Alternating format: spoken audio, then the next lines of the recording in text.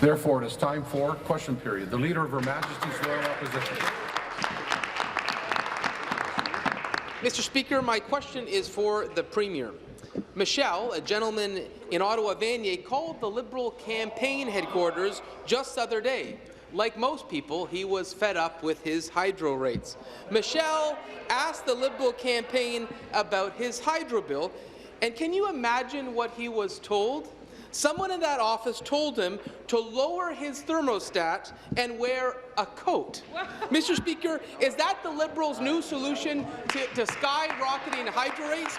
Should everyone simply have to turn down the thermostat and wear a coat inside in winter? Are they that out of touch?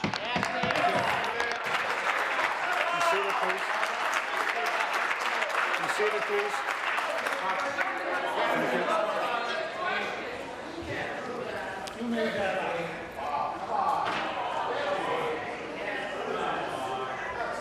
It's happening. It doesn't have to be made up.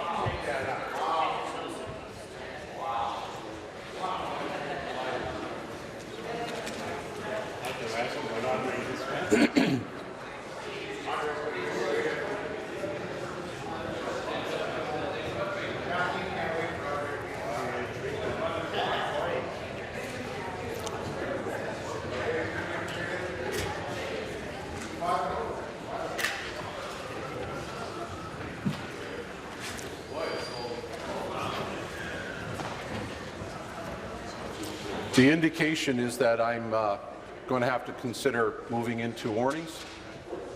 For those individuals who believe that that will be the case, continue speaking.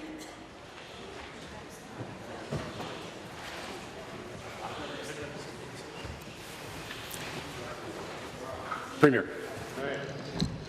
Thank you very much, Mr. Speaker, and I certainly expect that any resident of any part of the province, but certainly in a by-election, Mr. Speaker, I would expect that any resident who calls any of the offices of the parties involved would get good information, Mr. Speaker. And in this case, the reality is that we are working very hard to reduce people's electricity costs, Mr. Speaker. We know that the costs associated with the rebuilding of the system, which we inherited, Mr. Speaker, which was degraded, had not been invested in, had not been kept up, Mr. Speaker, was dirty. The electricity grid was dirty, Mr. Speaker. The work that we have done to shut down the coal-fired plants, to rebuild over 10,000 kilometres of line, Mr. Speaker, to clean up the electricity grid and make it reliable. There's a cost associated with that, and we are working to take costs out of the system for people across the province, Mr. Speaker.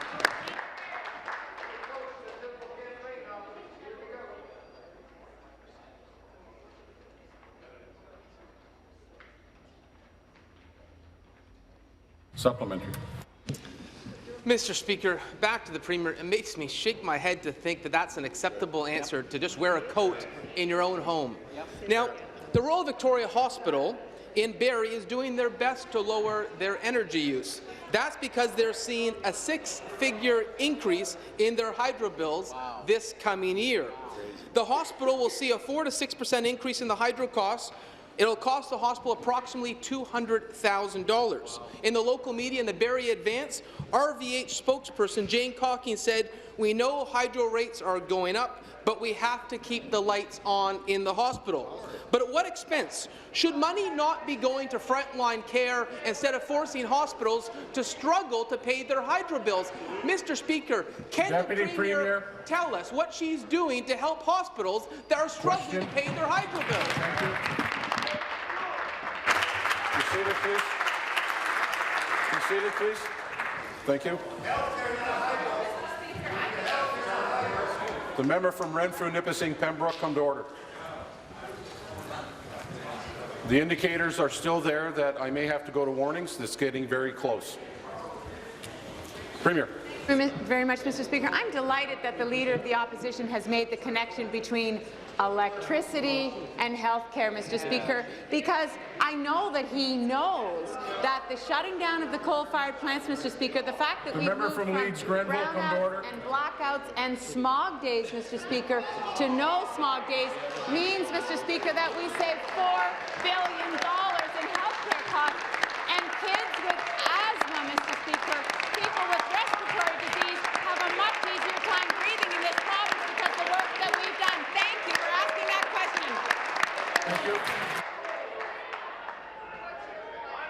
Final supplementary. Factories are closed, Premier. Factories are closed. Mr. Speaker, again to the Premier. When it comes to Michelle in Ottawa, Vanier, it's wear a coat. When it comes to a hospital that's struggling to pay their hydro bills, it's more liberal spin, trying to say everything is fine, everything is rosy. It isn't. We're seeing hospitals having to fire nurses because of hydro bills. It's not right. It's not appropriate.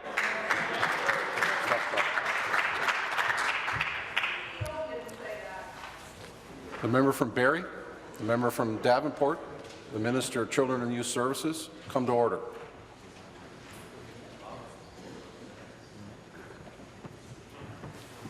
Finish your question, please.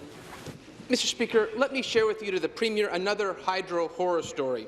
Adrian in Smith Falls. Adrian has autism and is on ODSP. She shares the cost of living with her mother, a pensioner. They live in a small wartime house and are energy-wise as they can be. But their hydro bill is almost the same as their mortgage payment. They are juggling other bills, but they can't make ends meet. Adrian says they can't afford to live, and that's not hyperbole. That's the legacy of this Premier because of the unmitigated failure of her hydro policies. So my question, Mr. Speaker, to the Premier, does she really want energy poverty to be her legacy for Ontario? Be seated, please. Be seated, please. Thank you.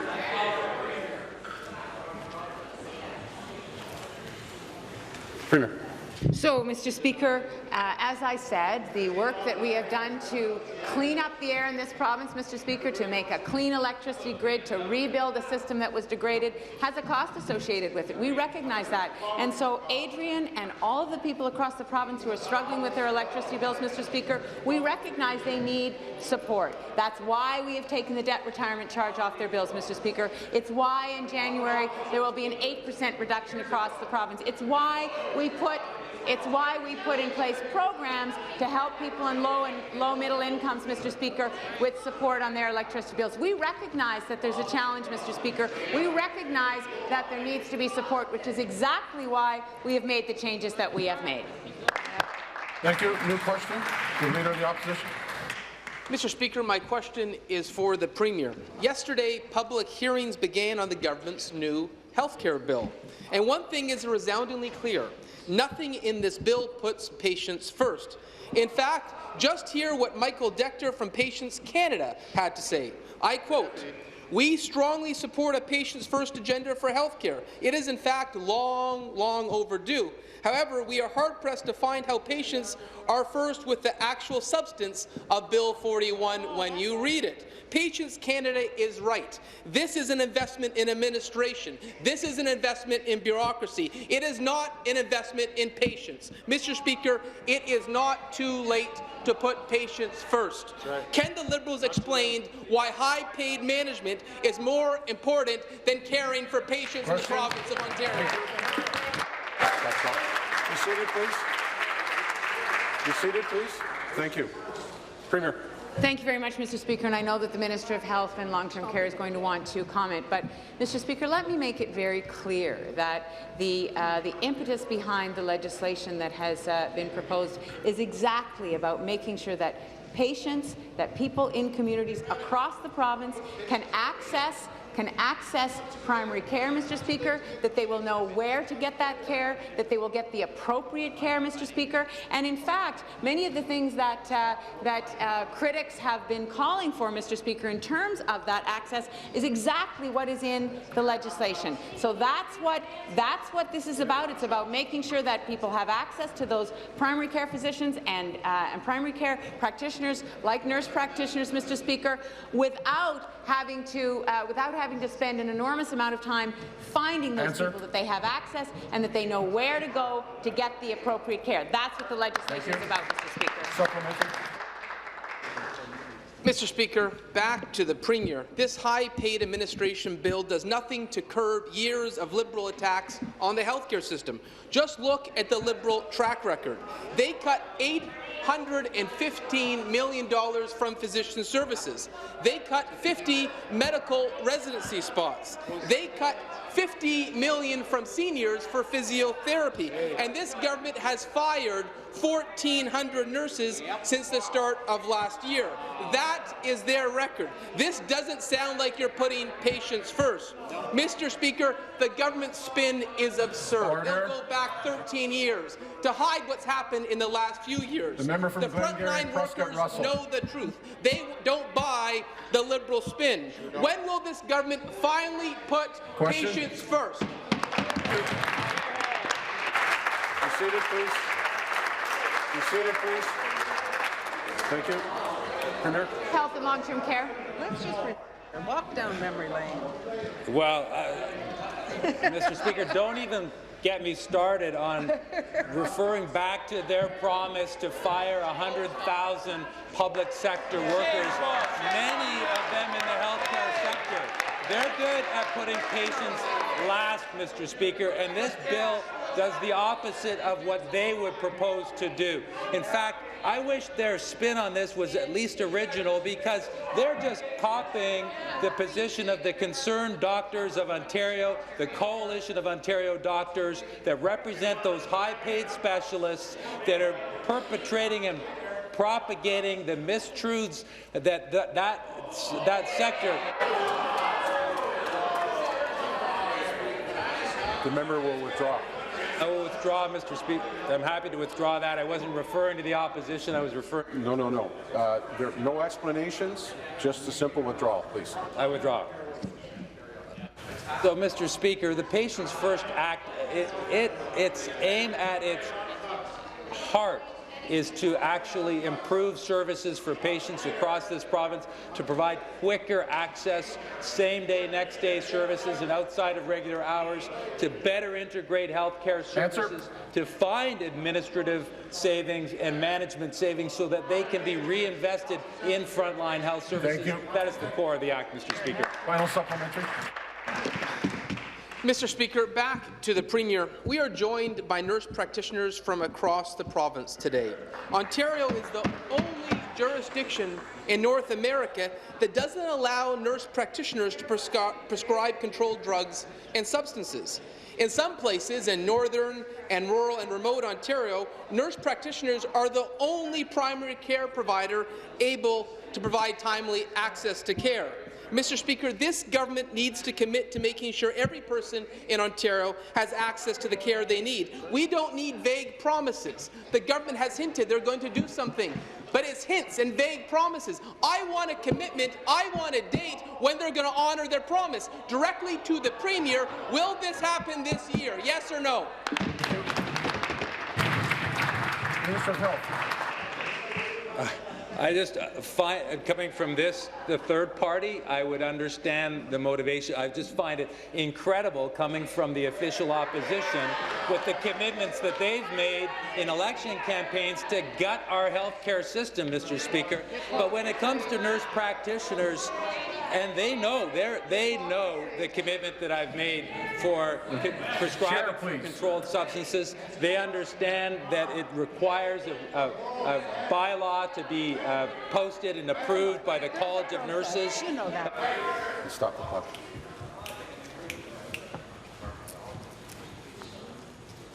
First of all, we are that far away from mornings, but the member will address the chair. Finish your answer, please.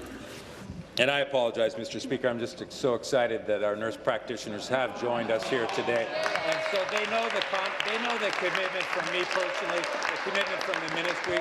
And they know, and I recently wrote to the College of Nurses as well to ask them to expedite this process as fast as they can possibly do. I expect in the very, very near future they're going to have the opportunity to prescribe controlled substances, Mr. Speaker. Yeah. Thank you. Your question, the leader of the third party. Thank you very much, Mr. Speaker. My question is for the Premier. This Sunday, the Sudbury Star published the results of a poll that showed that 71% of its readers think their MPP, the Minister of Energy, should step down from Cabinet until the Sudbury by-election scandal has been resolved. It appears, Speaker,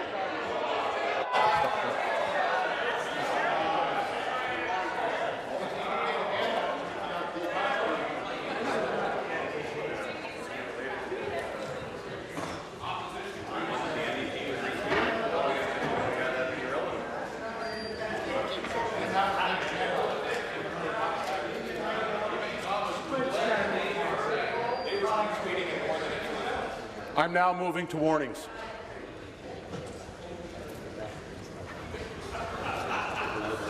To be clear, I'm moving to warnings.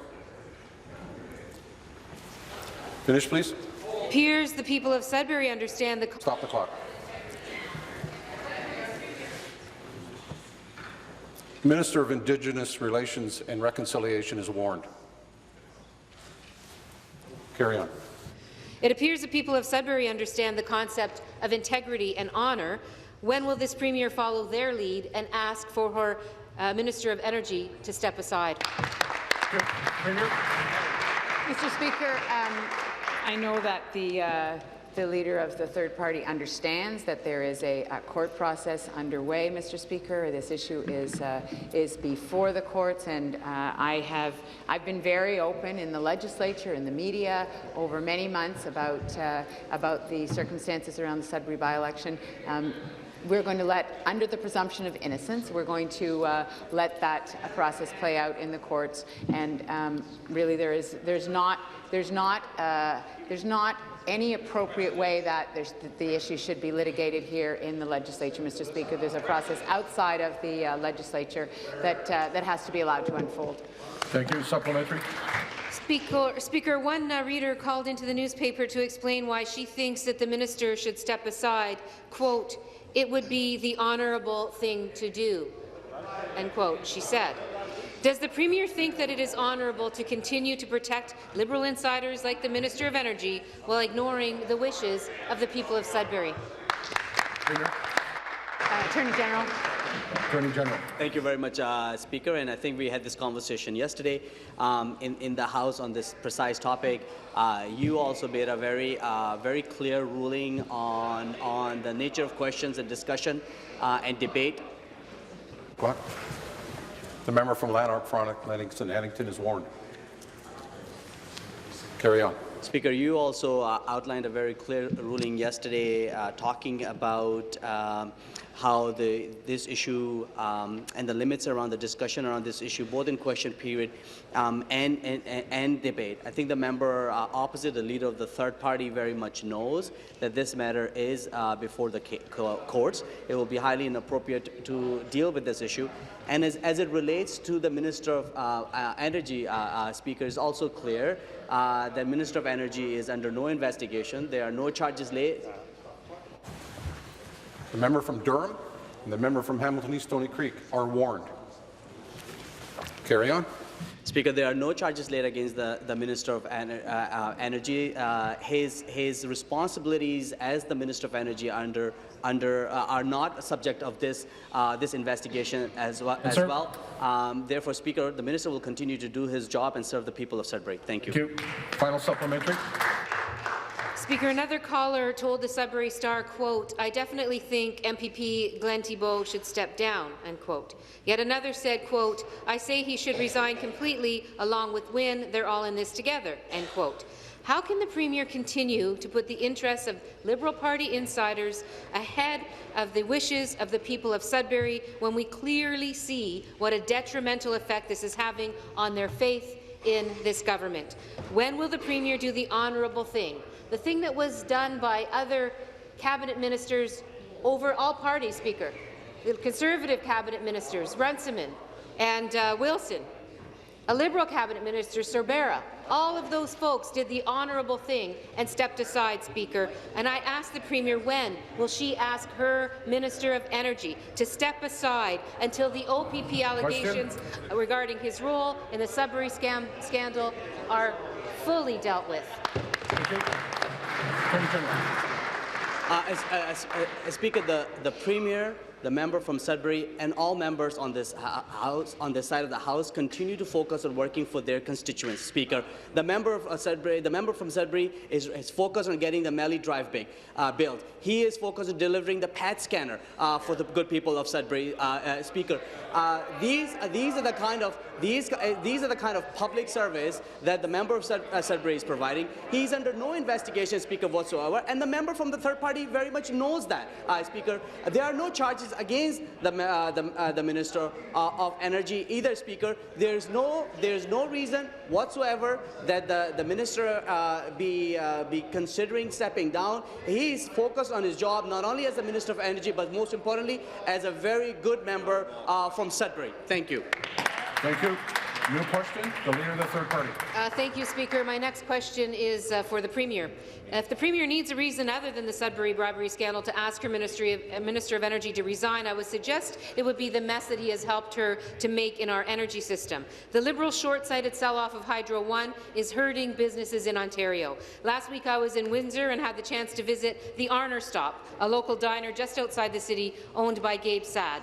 Gabe has owned the Arner Shop for 12 years, Speaker. He told me that his hydro bill is now his second largest expense after his mortgage. It hit $2,000 this summer, and he's bracing for an even bigger bill now that winter is coming.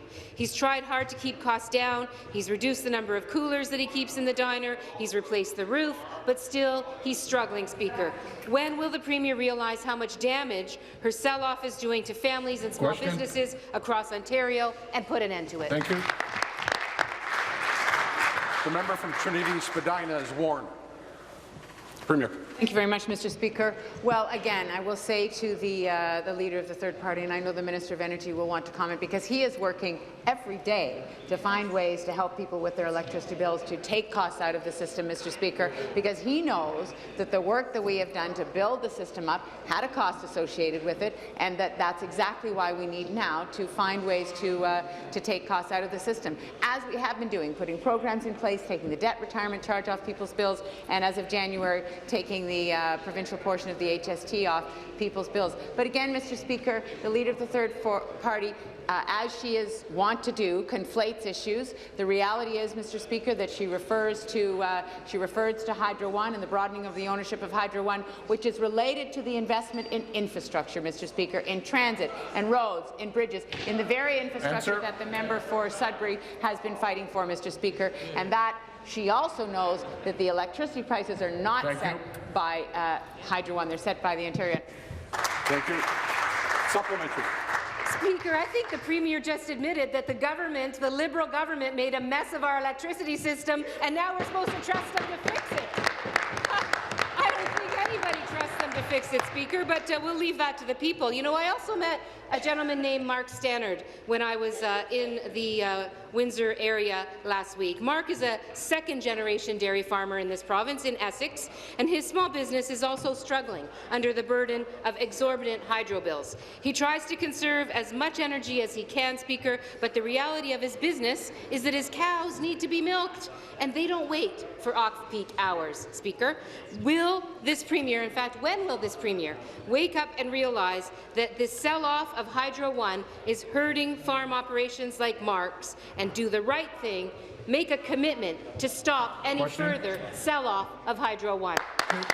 You know, Mr. Speaker, it is so interesting to me that in this whole discussion, the NDP has never talked about the importance of building infrastructure. The NDP has never talked about the importance of clean air. The NDP has never talked about how important it is that we have a reliable electricity system. I've never heard the NDP talk about what the electricity system would look like had they not cancelled the deal with Manitoba for clean hydro power when they were in office, Mr. Speaker. I've never heard the NDP talk about how important it is that we continue to build out the system so that northern communities can be connected to the grid. I've never heard the NDP talk about how important it is that we have an electricity system that is clean, that is a low carbon footprint. I've never heard the NDP talk about any of those things, Mr. Speaker. Thank you. Seated, please. Final supplementary. Well, thank you, Speaker, and I have never heard the Liberals admit that the sell-off of our electricity system is costing the people of this province bills that they simply cannot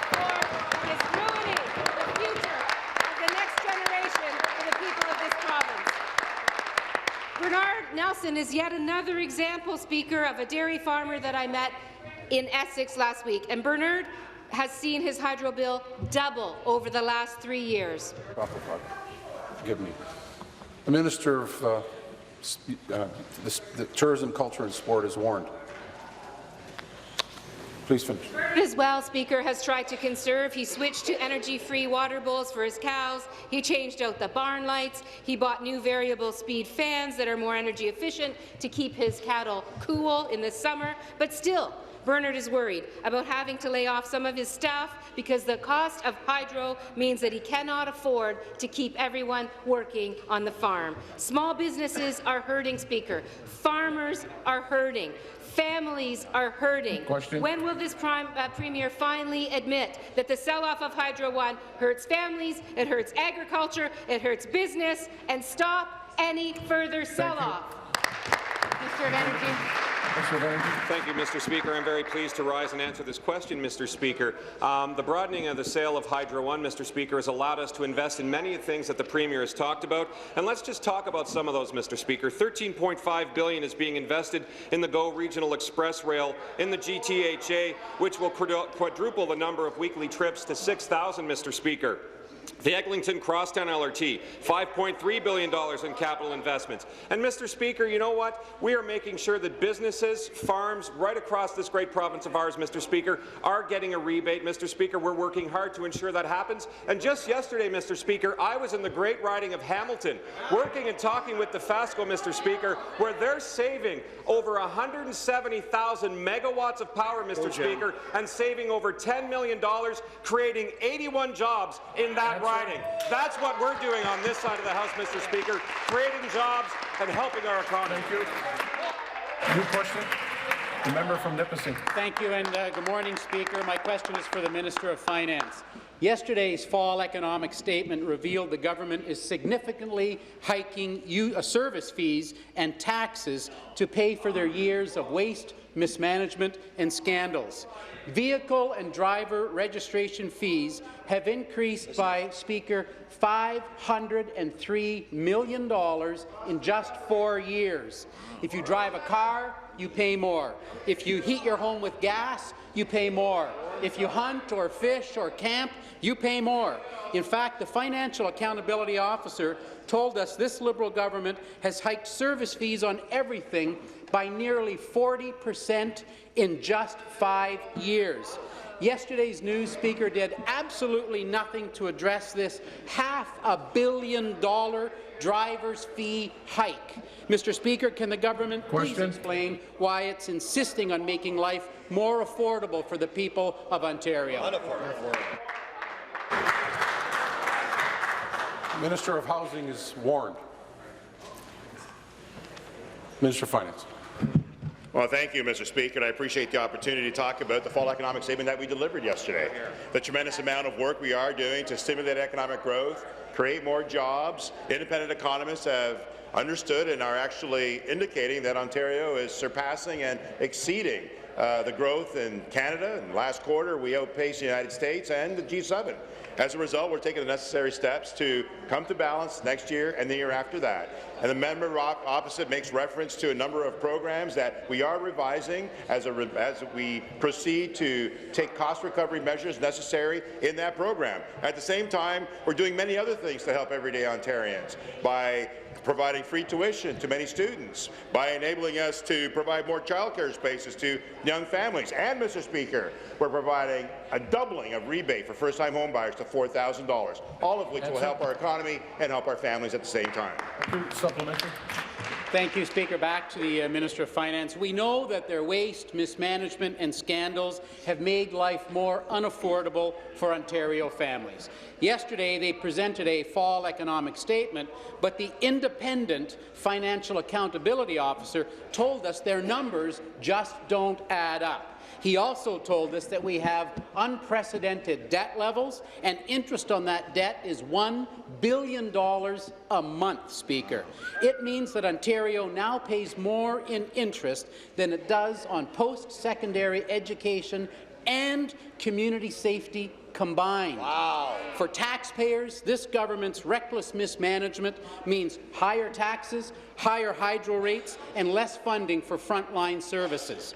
Mr. Speaker, can the government please explain why it insists on making life more unaffordable for Ontario families? Thank you. Minister. Well, Mr. Speaker, the member opposite began by speaking about the implementation of an additional $30 in savings for the Drive Clean, which we are proceeding to do, but then he referenced interest costs. And let's be clear, Mr. Speaker, under this government, we have taken steps to reduce our overall percentage of costs for interest to 8.9% of our budget. That has been consistent over the last 4 years since we've been providing for some of the work.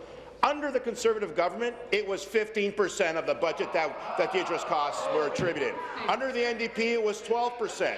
We have taken steps to control our spending. We are the leanest government in all of Canada without sacrificing the things that matter. We're investing more in health care. We're investing more in education. We're producing 641,000 net new jobs, Mr. Speaker, all of which is providing for a growing economy, all of which is enabling us to come to balance next year and the year after that. And the FAO knows that because we now have updated information that he didn't have the benefit of, and we are moving forward with our plan. Thank you. New question? The member from Kitchener-Waterloo. Thank you very much, Mr. Speaker. My question is to the Premier. Speaker, yesterday's fall economic statement does little to address the real issues facing Ontarians. It's nothing more than a distraction. People in Ontario are facing energy bills that they can no longer afford. Life in Ontario is less affordable every day. But instead of stopping the sell-off of Hydro One, Ontarians found out yesterday how well the Liberals' asset sales are going. Basically, they were boasting about the public sale-off of these assets. We now know that the Liberal government is selling off Hydro One to meet the Liberals' promise to balance the books next year on page 48.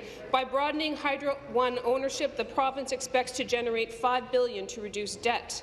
The Financial Accountability Officer has already told us that once the sell-off of Hydro One is complete, it will cost Ontario $500 million every year.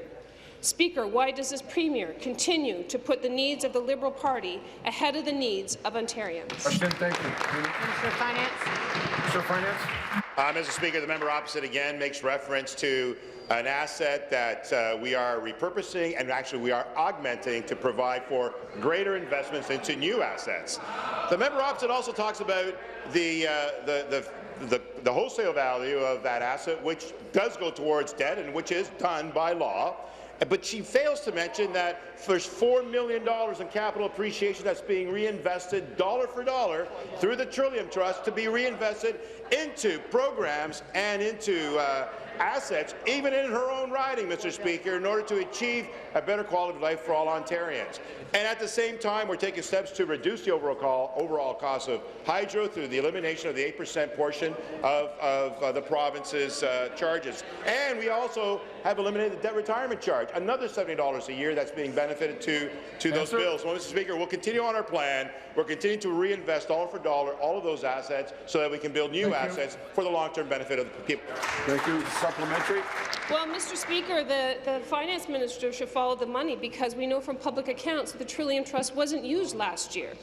This Premier, if she was actually concerned about Ontario's priorities, she could have proved it yesterday. Instead, we got another distraction from this government. Rather than actually addressing the crisis in affordable housing, the Liberals adjusted real estate transaction costs. A senior Bank of Montreal economist said it would hardly, and I quote, "It would hardly make a dent in worsening housing affordability, and if anything, it just adds more fuel to the housing fire." Yesterday's report describing Toronto as the child poverty capital of Canada pointed to the lack of affordable housing as a key contributor to poverty and inequality. We know that investing in affordable housing is an investment in social justice and makes economic sense. Speaker, can the Premier explain why her fall economic statement did not address the affordable housing crisis in the province of Ontario? Minister. Mr. Speaker, let me correct my record. Of course, I meant $1 billion in new investments for the people of Ontario as a result of the work we're doing. But the member opposite doesn't feel that a doubling of a rebate to young families who are starting to buy into their new home matters little to them. And $4,000, Mr. Speaker, does help. as well as the work we're doing to increase childcare spaces for young families, Mr. Speaker, as is our ability to provide free tuition to many students who are entering the education system so that they're not burdened by debt. All of these efforts are designed to help those young families get started, Mr. Speaker. In fact, because of the work we've done on this side of the House, we're also helping them with retirement security in the future, all of which requires us to be diligent and assemble some of these programs. It's not one item in particular. It's all of them combined that are enabling us to provide for greater service and greater help for our young families. Thank you, Mr. Speaker. New question? The member from Beaches East York. Well, thank you, Speaker. My question is also to the Minister of Finance. Speaker, just yesterday, we know that the Minister delivered the fall economic statement, which detailed the economic outlook and the fiscal review for the province. And then last night, I attended the Woodbine Gardens Homeowners Association annual general meeting, chaired by President Briar DeLong, and they were delighted to hear that we're on track to balance the budget while we continue to invest in Ontario. Now, Speaker, I know as part of the announcement, the Minister committed to helping first-time homebuyers enter into the housing market. And I also know that many Ontarians have expressed concerns about the difficulty first-time buyers are currently facing as they try to get into the housing market. So, Speaker, would the Minister please outline and explain how these recent changes outlined in yesterday's financial economic statement will benefit Ontario home buyers? Thank you. Minister of Finance. Yes, thank you, Mr. Speaker, and I thank the member from Beaches East York for the question. And I think we all recognize and appreciate that many people have benefited from improved equity in the valuations of their increased valuations of their homes. But some young families and others looking to buy their first home, it's becoming more challenging, and that's understood in this new market and this housing market as we stand today. So buying your first home, as we all know, is one of the most exciting decisions in a young person's life, but many are worried about how they'll be able to afford that first condo and house, as the member just asked. So to address this and to help young families, we are doubling the maximum refund for first-time home buyers, refund to $4,000 starting January 1st, 2017, enabling them to also benefit from entering the marketplace and having the same benefits as many of us have had as we started at that young age as well. Thank you, Mr. Speaker. Thank you. Supplementary. Well, thank you, Speaker, and thank you to the Minister of Finance for the leadership he's showing for young people to buy into their first homes. I know the people at Woodbine Gardens were excited because there's still opportunities for affordable houses in the north part of my riding that these people will benefit, and it'll be a significant savings for them. And this is a very important step for first-time homebuyers who are looking to enter the housing market. And I'm pleased to hear that the government is taking these steps to invest in supports that help people, and especially young people, in their everyday lives. I also know that the province is also taking steps to modernize the land transfer tax system. Speaker, will the Minister of Finance outline and explain further how these changes will also make life easier for first-time home buyers? Thank you. Minister of Finance. Yes, Mr. Speaker, again, thank you for the important question, recognizing that there are inventory available for many first-time home buyers. In fact, these changes will mean no land transfer tax will be payable on the first $368,000 of the cost of your first home, and that also means that more than half of first-time home buyers will pay no LTT because of this refund. We're also modernizing, as mentioned, the land transfer tax system for the first time in a generation to reflect the current real estate market in Ontario. Mr. Speaker, the housing market is an important source of economic growth and employment in Ontario. Improving housing affordability will help more Ontarians participate in the market, and that is an exciting opportunity for them to take their first step in buying their first home. Thank you, Mr. Speaker. Thank you. New question, the member from Renfrew, Nicholson. Thank you very much, Speaker. My question is to the Premier.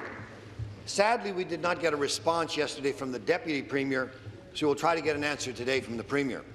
Ratepayers deserve answers as to why the Liberals hired David Hurley and the Gandalf Group to conduct polling about whether ratepayers want relief from skyrocketing hydro prices.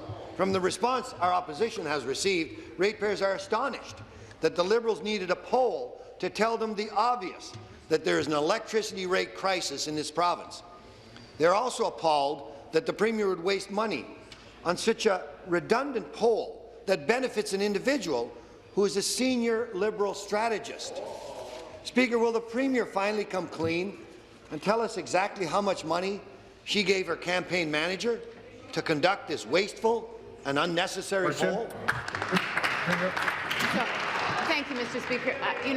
I know that the member opposite knows full well that every government does polling, Mr. Speaker, that every government taps into the opinions of the people in the province, Mr. Speaker. And I also know that the member opposite knows that there's a process. I believe there were 5 bidders, Mr. Speaker. There's a process. It's not a political decision which group is chosen to do the polling, Mr. Speaker. I think the member opposite knows full well that that process is in place.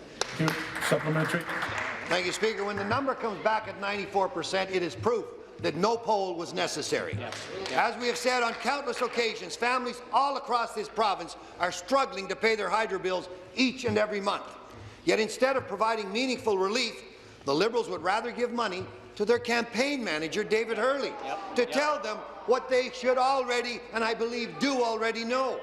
Moreover, this contract strikes taxpayers as entirely wasteful and just another example of Liberals helping their well-heeled friends. Speaker, will the Premier live up to her lofty rhetoric, actually be open and transparent for once, and tell this House exactly how much her campaign manager was paid for this totally redundant poll? Be seated, please. Start the clock.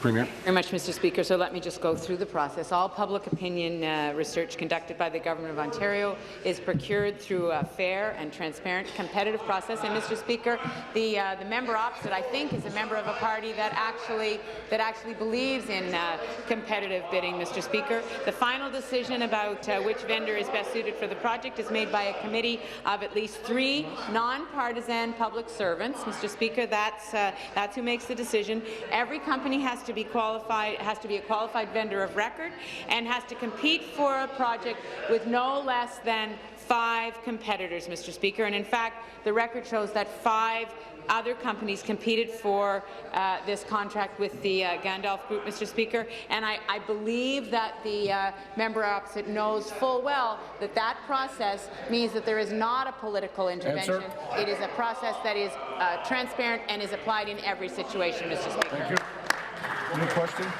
The member from Kenora-Rainy River. Thank you, Speaker. My question is to the Premier.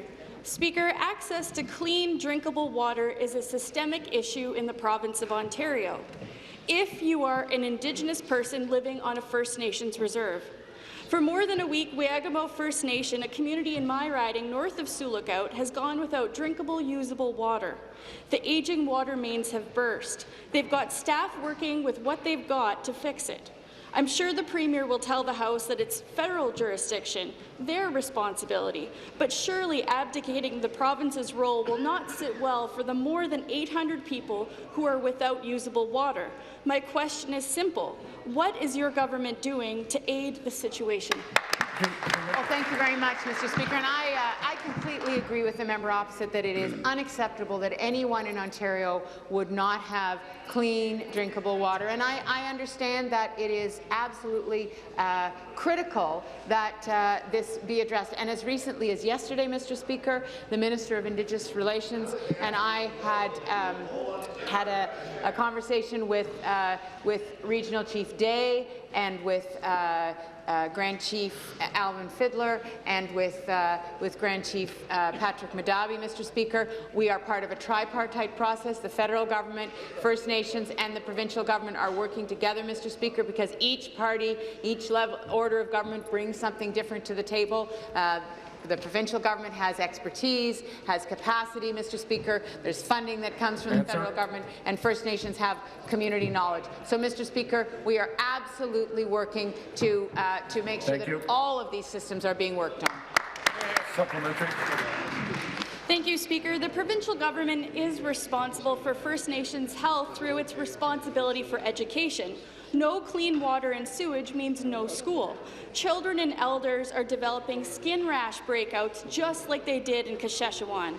There are over 80 First Nation communities, mostly northern, mostly remote, in this province that do not have access to clean water. For some communities, it has been decades. that number wouldn't stand in any other community in this province.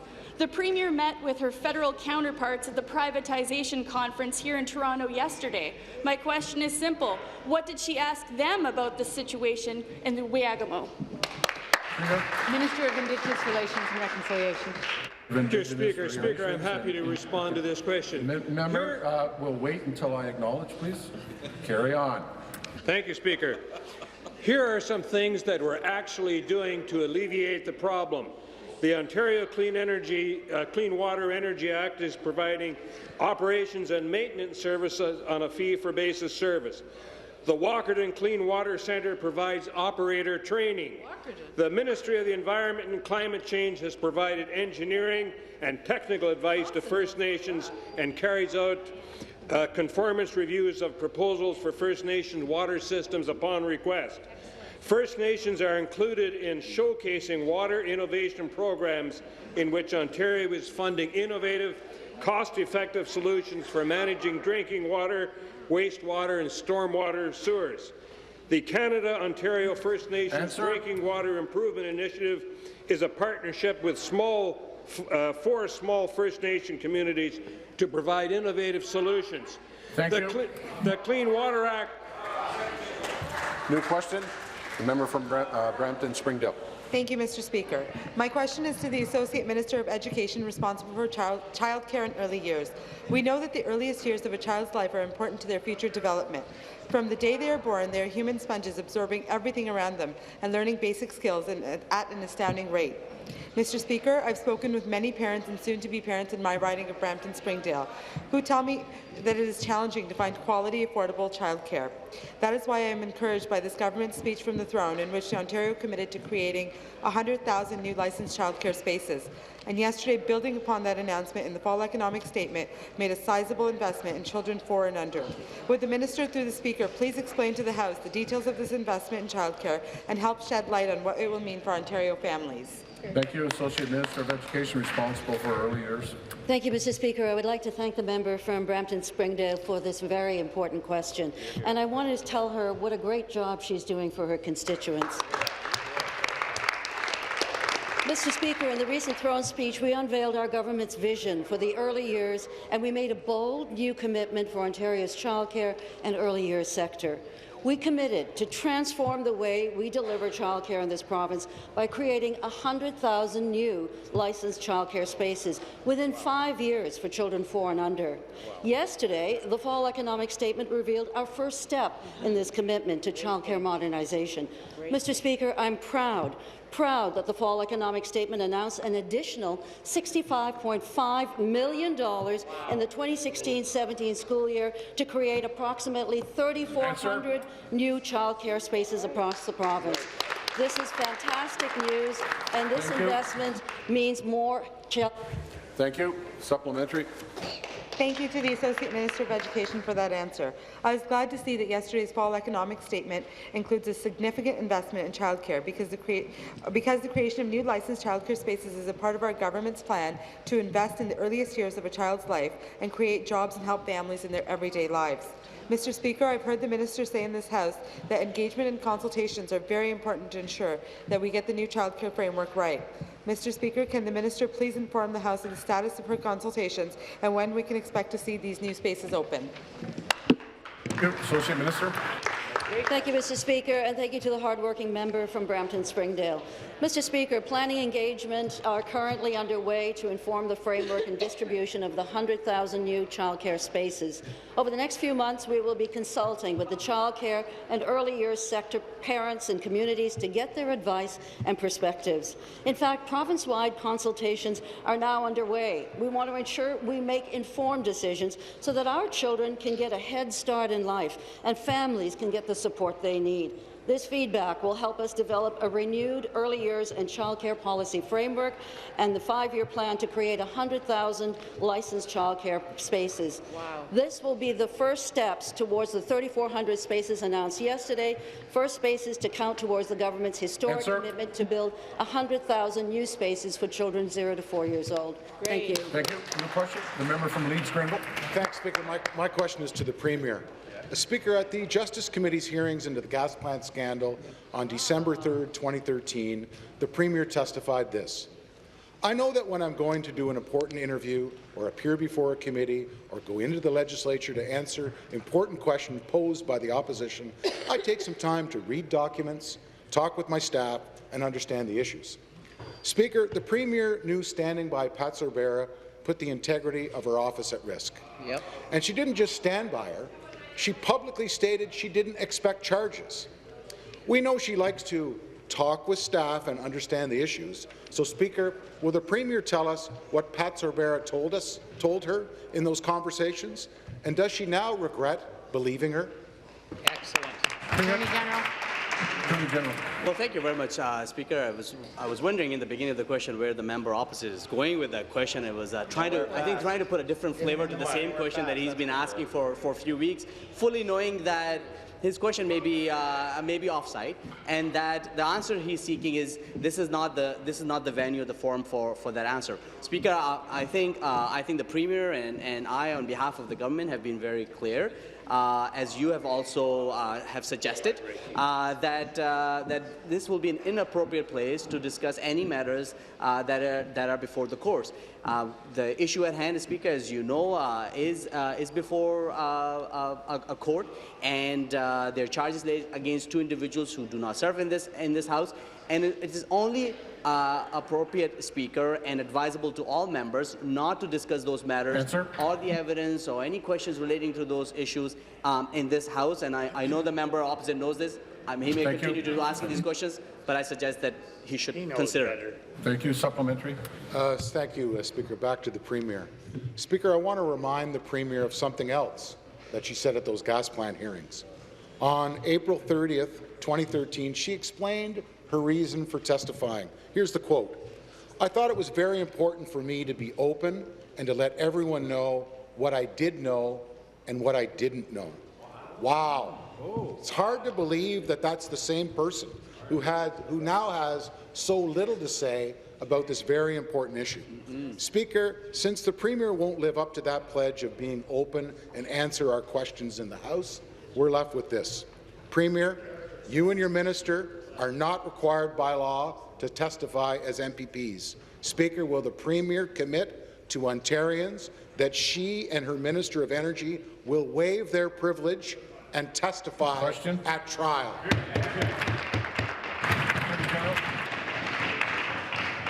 Speaker, the Premier has cooperated in this matter. Premier has cooperated in the investigation that took place.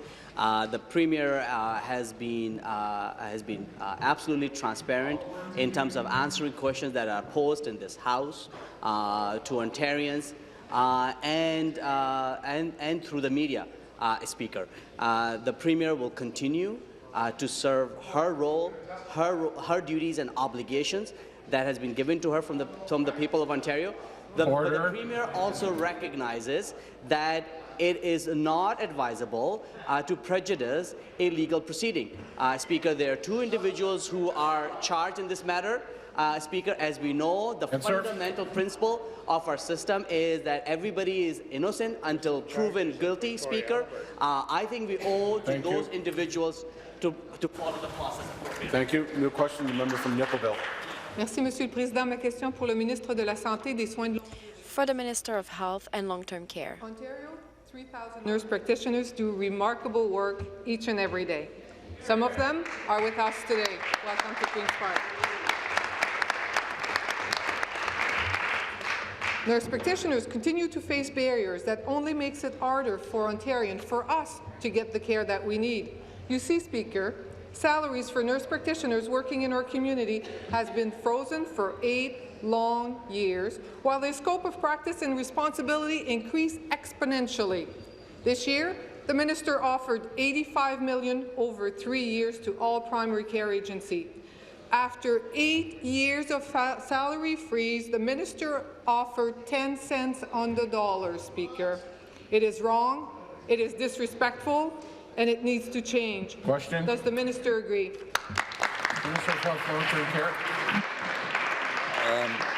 Thank you, Mr. Speaker. And I'm proud of the fact that since this party took office, this government in 2003, the number of nurse practitioners in the province, as the member opposite alluded to, has gone from approximately 500 to more than 3,000 nurse practitioners. It's extraordinary, and it reflects the incredible talent that they have and they provide. It was this government as well that began the first nurse practitioner-led clinic in Sudbury. In fact, in the north, Mr. Speaker, we now have 25 nurse practitioner-led clinics. And I know, and having worked hard with the Nurse Practitioners Association of Ontario and others, which led us to this year's budget decision to invest $85 million, an increase to the compensation for nurse practitioners, but importantly attached to that was their ability to come into a new form of pension, which dramatically and substantially increases their pension entitlements as well, Mr. Speaker. Supplementary. Speaker, the nurse practitioners are here today asking the government to help them help their patient. Primary care agency cannot recruit and retain nurse practitioners after 8 years of wage freeze, and that has a direct impact on their patients, on us. Nurse practitioner cannot do a urine dip for pregnancy, although any one of us can walk into a pharmacy and do one, and that impacts their patient and patient care. Nurse practitioner cannot use a defibrillator in their clinic, but their secretary and all of us can. That impacts patient care.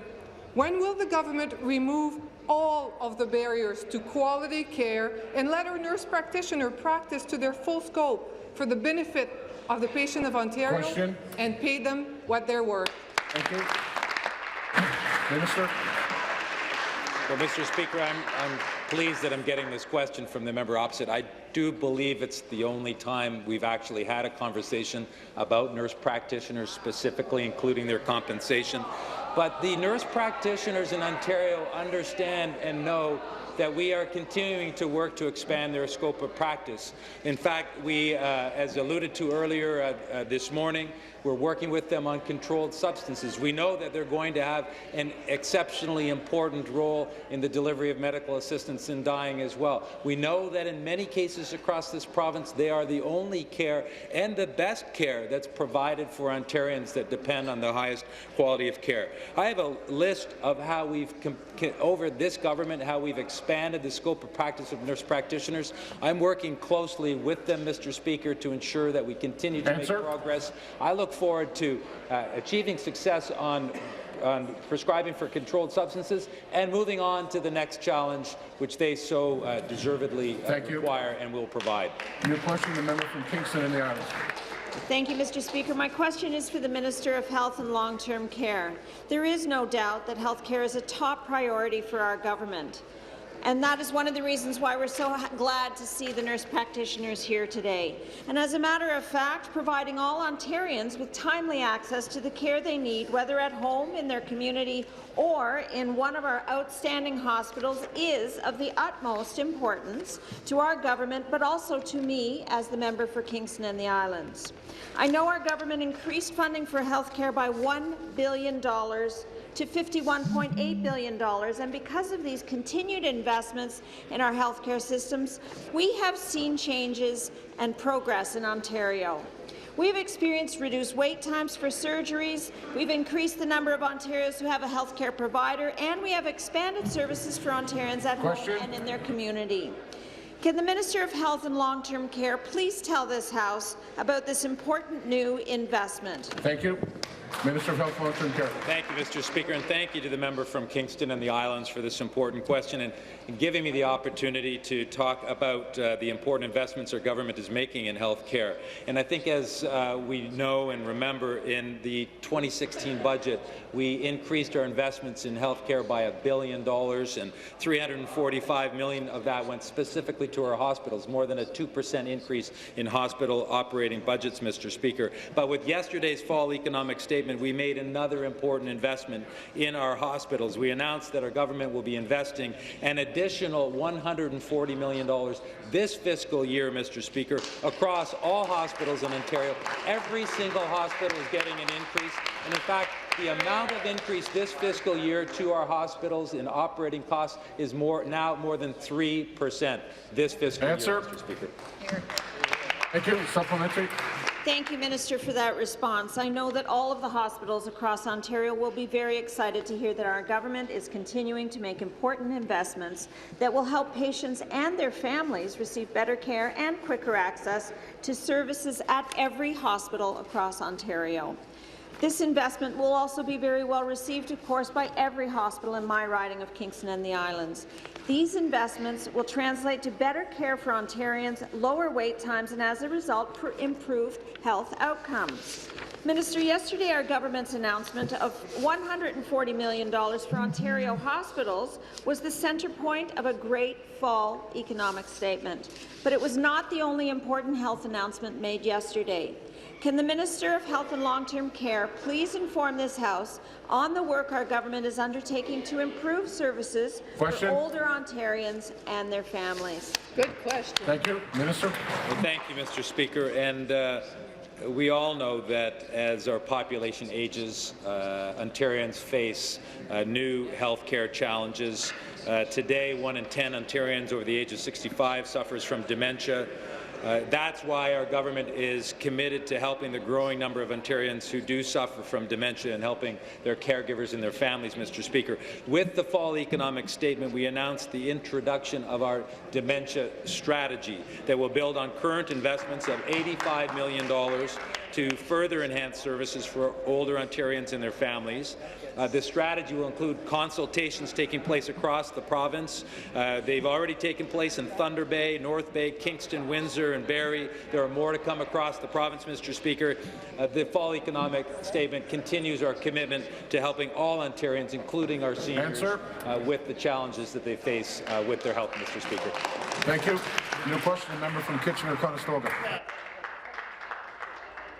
Speaker, the region board students hoping to commemorate 100 years since the heroic Canadian capture of Vimy Ridge were devastated on Remembrance Day when the board cancelled a once-in-a-lifetime overseas opportunity this April. Wow.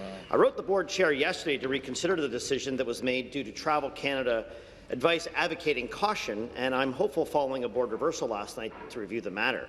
Speaker, Travel Canada is not telling Canadians to avoid France, and it would be a shame to see some students who worked for a year to earn their way across the Atlantic denied, while thousands, including neighbouring Waterloo Catholic students, participate in this important learning opportunity honouring Canadian Vimy heroes. That's right. Will the minister direct the Waterloo Region Board to reverse its decision and prevent Waterloo students from being denied the vital learning opportunity to commemorate one of Canada's most important moments in our history? Thank you. Minister of Education. Thank you, Speaker, and I want to thank the member opposite for the question. And you know, obviously last week was very important as we paid respect and we honoured all of our veterans that afforded us the freedoms that we hold dear as Canadians, as Ontarians. And I know all members in this House participated in that, and in fact all schools and schools across Ontario participate in that. And I know as I go through schools, I see those images inside the classroom. But Mr. Speaker, I think that you know, one of the things I want to remind the member opposite about is the role of our school boards. We have 72 school boards in this province, and you know, the very important role that they play is making sure that there are local considerations that are made, and that they are the ones that are working together with all of our education workers to ensure that we deliver the best possible education for all students in Ontario. And we have to respect the role of those school boards. Thank you. Speaker, while the Waterloo Board is reviewing the decision, at this point, students who've had their hearts set on this trip still don't know if they'll be allowed to experience firsthand the international history that changed our world a century ago. Vital. It's as disappointing as it is ironic that while visitors to Vimy will be celebrating the victory and freedom over fear and terror 100 years ago, fear and terror may now prevent our students from enjoying those same freedoms to honour our heroes. Speaker, all students in Ontario deserve the same learning opportunities. Thousands will be getting a unique opportunity to recognize Canadian heroism overseas, while others may in fact be denied. Will the minister tell us what she will do to have provincial ministry officials work with school boards across the province to ensure consistency and equal opportunity for all Ontario students to honour this historic battle of education.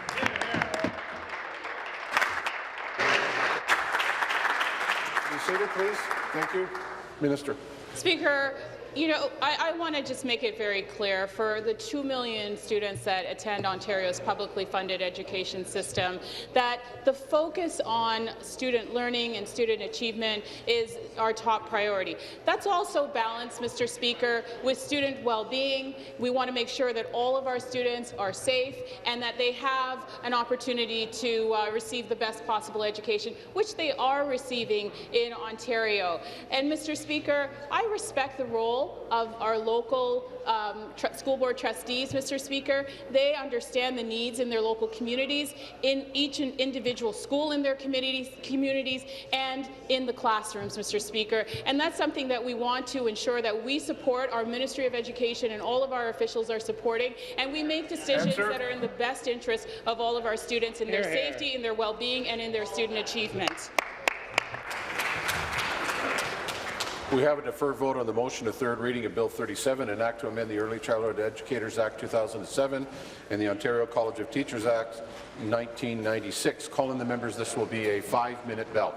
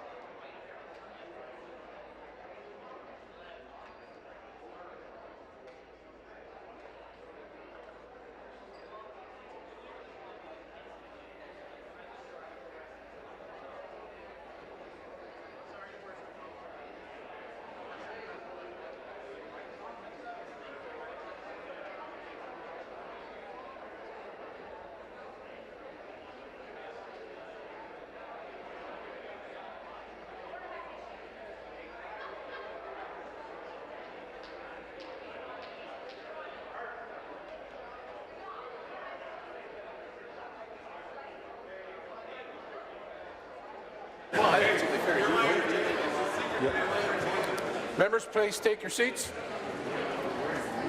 All members, please take your seats.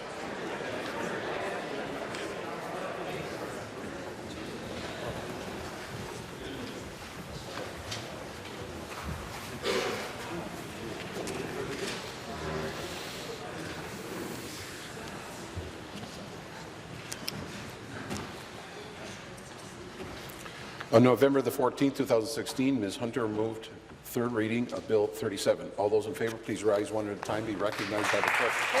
Ms. Hunter. Mr. Bradley. Mr. Nackley. Mr. Del Duca. Ms. Sandals. Ms. Sandals. Mr. Sousa. Mr. Sousa. Ms. Wynne. Ms. Wynne. Mr. Hoskins. Mr. Hoskins. Mr. Shirelli. Mr. Shirelli. Mr. Dugan. Mr. Dugan. Ms. McCharles. Ms. McCharles. Mr. Cole. Mr. Cole. Mr. Berardinetti. Mr. Berardinetti. Mr. Delaney. Mr. Delaney. Mr. Dillon. Mr. Dillon. Mr. Moridi. Mr. Moridi. Mr. Coteau. Mr. Coteau. Mr. Flynn. Mr. Flynn. Mr. Tebow. Mr. Tebow. Mr. Orzetti. Mr. Orzetti. Mr. Quadri. Mr. Quadri. Ms. Mangat. Ms. Mangat. Mr. Kraft. Mr. Kraft. Madame Lalonde. Madame Lalonde. Ms. Damerla. Ms. Damerla. Ms. McGarry. Mrs. McGarry. Mr. Morrow. Mr. Morrow. Ms. Jassic. Ms. Jassic. Mr. Zimmer. Mr. Zimmer. Ms. Albanese. Ms. Albanese. Ms. McMahon. Ms. McMahon. Mr. Ballard. Mr. Ballard. Ms. Naidu-Harris. Ms. Naidu-Harris. Ms. Wong. Ms. Wong. Mr. Fraser. Mr. Fraser. Mr. Anderson. Mr. Anderson. Mr. Baker. Mr. Baker. Mr. Don. Mr. Don. Ms. Hogarth. Ms. Hogarth. Ms. Koala. Ms. Koala. Ms. Molly. Ms. Molly. Mrs. Martin. Mrs. Martins. Mr. Milchin. Mr. Milchin. Mr. Potts. Mr. Potts. Mr. Rinaldi. Mr. Rinaldi. Ms. Vernile. Ms. Vernile. Mr. Coe. Mr. Coe. Mr. Arnott. Mr. Arnott. Mr. Hardiman. Mr. Hardiman. Ms. McLeod. Ms. McLeod. Mr. Wilson. Mr. Wilson. Ms. Jones. Ms. Jones. Mr. Clark. Mr. Clark. Mr. Fidelli. Mr. Fidelli. Mr. Yakubuski. Mr. Yakubuski. Mr. Hillier. Mr. Hillier. Mr. Miller, Perry Sound, Muskoka. Mr. Miller, Perry Sound, Muskoka. Mr. McNaughton. Mr. McNaughton. Ms. Scott. Ms. Scott. Ms. Thompson. Ms. Thompson. Mr. Barrett. Mr. Barrett. Ms. Monroe. Mrs. Monroe. Mr. Urick. Mr. Urick. Mr. McLaren. Mr. McLaren. Mr. Bailey. Mr. Bailey. Mr. Walker. Mr. Walker. Mr. Smith. Mr. Smith. Mr. Harris. Mr. Harris. Mr. Nichols. Mr. Nichols. Ms. Marteau. Ms. Marteau. Mr. McDonnell. Mr. McDonnell. Mr. Pettipies. Mr. Pettipies. Mr. Cho. Mr. Cho. Ms. Gretzky. Ms. Gretzky. Mr. Singh. Mr. Singh. Ms. Horvath. Ms. Horvath. Mr. Vantoff. Mr. Vantoff. Ms. DeNovo. Ms. DeNovo. Mr. Tabbins. Mr. Tabbins. Mr. Miller, Hamilton East Stony Creek. Mr. Miller, Hamilton East, Stony Ms. Creek. Sattler. Ms. Sattler. Mr. Natashak. Mr. Natashak. Ms. Armstrong. Ms. Armstrong. Madame Jelena. Madame Jelena. Ms. Fife. Ms. Fife. Ms. Campbell. Ms. Campbell. Ms. Yermonta. Mr. Montauk. Mr. Hatfield. Mr. Hatfield. Mr. Gates. Mr. Gates. Ms. French. Ms. French. All those opposed, please rise one at a time. Be recognized by the clerk.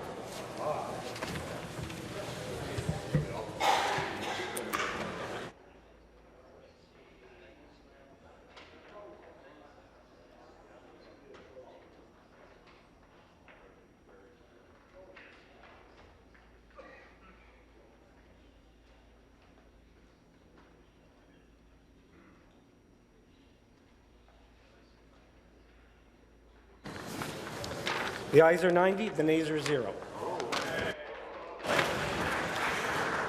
The ayes being 90 and the nays being 0, I declare the motion carried.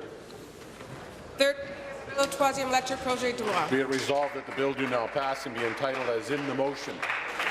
We have a deferred vote on the motion for closure of the motion, a second reading of Bill 39. Call in the members. This will be a 5-minute bell.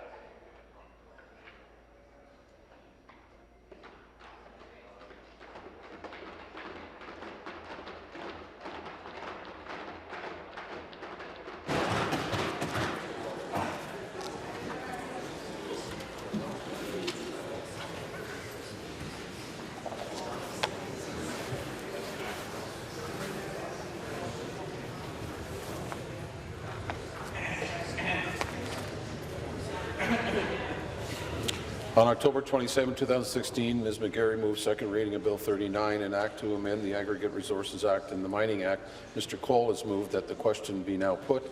All those in favour of Mr. Cole's motion, please rise one at a time and be recognized by the clerk. Mr. Knack. Mr. Naqvi. Mr. Bradley. Mr. Bradley. Mr. Del Duca. Mr. Del Duca. Ms. Sanders. Ms. Sanders. Mr. Sousa. Mr. Sousa. Ms. Wynne. Ms. Wynne. Mr. Hoskins. Mr. Hoskins. Mr. Shirelli. Mr. Shirelli. Mr. Duguid. Mr. Duguid. Ms. McCharles. Ms. McCharles. Mr. Cole. Mr. Cole. Mr. Bardnetti. Mr. Bardnetti. Mr. Delaney. Mr. Delaney. Mr. Dillon. Mr. Dillon. Mr. Moridi. Mr. Moridi. Mr. Couteau. Mr. Coteau. Ms. Hunter. Ms. Hunter. Mr. Flynn. Mr. Flynn. Mr. Tebow. Mr. Tebow. Mr. Orzetti. Mr. Orzetti. Mr. Quadri. Mr. Quadri. Ms. Manga. Ms. Manga. Mr. Crack. Mr. Crack. Madame Lalonde. Madame Lalonde. Ms. Damerla. Ms. Damerla. Ms. McGarry. Mrs. McGarry. Mr. Morrow. Mr. Morrow. Ms. Jassy. Ms. Jassy. Mr. Zimmer. Mr. Zimmer. Ms. Albanese. Ms. Albanese. Ms. McMahon. Ms. McMahon. Ms. Ballard. Mr. Ballard. Mr. Ballard. Ms. Naidu-Harris. Ms. Naidu-Harris. Ms. Wong. Ms. Wong. Mr. Fraser. Mr. Fraser. Mr. Anderson. Mr. Anderson. Mr. Baker. Mr. Baker. Mr. Dahl. Mr. Dahl. Ms. Hogarth. Ms. Hogarth. Ms. Koala. Ms. Koala. Ms. Moll. Ms. Molly. Mrs. Martin. Mrs. Martin. Mr. Milchin. Mr. Milchin. Mr. Potts. Mr. Potts. Mr. Rinaldi. Mr. Rinaldi. Ms. Vernile. Ms. Vernile. All those opposed, please rise one at a time, be recognized by the clerk. Mr. Wilson. Mr. Wilson. Mr. Arnold. Mr. Arnold. Mr. Hardeman. Mr. Hardeman. Ms. McLeod. Ms. McLeod. Ms. Jones. Ms. Jones. Mr. Clark. Mr. Clark. Mr. Fidelli. Mr. Fidelli. Mr. Yakubuski. Mr. Yakubuski. Mr. Hilliard. Mr. Hilliard. Mr. Miller, Perry Sound, Muskoka. Mr. Miller, Perry Sound, Muskoka. Mr. McNaughton. Mr. McNaughton. Ms. Scott. Ms. Scott. Ms. Thompson. Ms. Thompson. Mr. Barrett. Mr. Barrett. Ms. Monroe. Mrs. Monroe. Mr. Urick. Mr. Urick. Mr. McLaren. Mr. McLaren. Mr. Bailey. Mr. Bailey. Mr. Walker. Mr. Walker. Mr. Clark. Mr. Smith. Mr. Harris. Mr. Harris. Smith. Mr. Harris. Mr. Harris. Mr. Nichols. Mr. Nichols. Ms. Marteau. Ms. Marteau. Mr. McDonnell. Mr. McDonnell. Mr. Pettipies. Mr. Pettipies. Mr. Coe. Mr. Coe. Mr. Cho. Mr. Cho. Mr. Vantoff. Mr. Vantoff. Mr. Singh. Mr. Singh. Ms. Horvath. Ms. Horvath. Ms. DeNovo. Ms. DeNovo. Mr. Tabbins. Mr. Tabbins. Mr. Miller, Hamilton East Stony Creek. Mr. Miller, Hamilton East Stony Creek. Ms. Sattler. Ms. Sattler. Mr. Natashak. Mr. Natashak. Ms. Armstrong. Ms. Armstrong. Madame Gellin. Madame Gellin. Ms. Fife. Ms. Fife. Ms. Campbell. Ms. Campbell. Mr. Montauk. Mr. Montauk. Mr. Hatfield. Mr. Hatfield. Ms. Gretzky. Ms. Gretzky. Mr. Gates. Mr. Gates. Ms. French. Ms. French.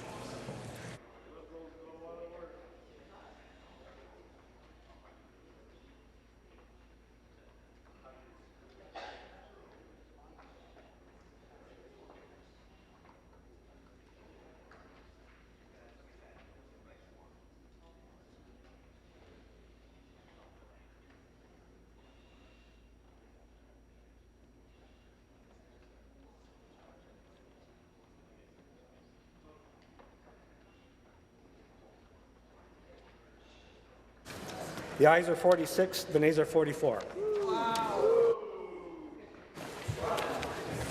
The ayes being 46 and the nays being 44, I declare the motion carried. Ms. McGarry has moved second reading of Bill 39, an act to amend the Aggregate Resources Act and the Mining Act. Is it the pleasure of the House the motion carry? I heard a no. All those in favour, please say aye. Aye. All those opposed, please say nay. In my opinion, the ayes have it. Carried. The bill Digium Electric Project de Loi. Shall the bill be ordered for third reading? Standing Committee for Justice Policy. There are no further deferred votes. This House stands recessed until 3 p.m. this afternoon.